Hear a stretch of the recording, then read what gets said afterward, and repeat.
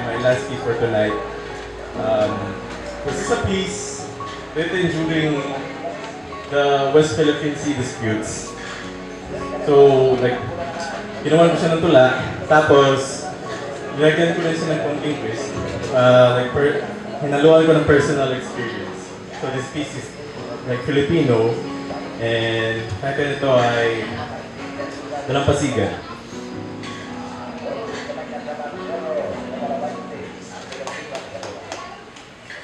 Mahal,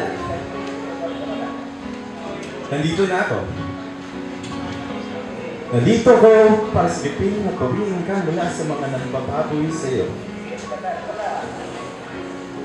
Patawad kung naging duwag ako.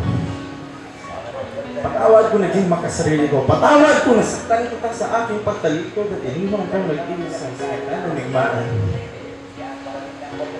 Pero ako'y nagbabalik para ipaglaban kang muli.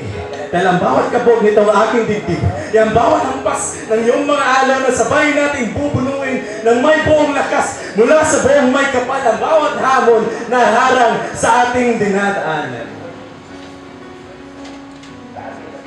Ang pag-ibig ko sa iyo ay magiging kasing lawak ng iyong mga kagatan at walang sino man ang makakapaghiwalay. Mapalangit man o mapaimperno sa lalim ng ating kapit sa isa't isa. Kaya mahal, yayakapin kita ng walang anumang duda o alinlangan dahil sa libo-libong bituin sa kalingitan.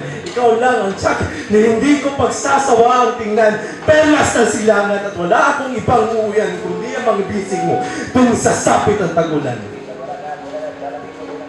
Kasing rami man ng mga hibla ng iyong buhok, ng mga luha sa iyong mga mata at ng mga sugat sa iyong kaluluwa, ang mga nagsamantala sa iyong pagmamahal at pagkadalaga, huwag ka nang umiyak, umahon ka mula sa mapait mong pagkalugmok.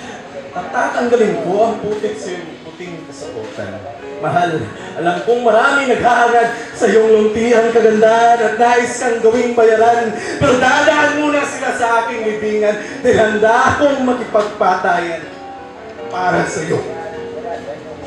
Kahit naglalakihan ang kanilang mga barko at kahit na lumubog man itong bangkang sinasakyan ko, masaya akong lulubog kasama nito. Dahil pag-ibig mo ang lulunod sa akin. Sa iyo ako hinilay sa tubig kong dalisay.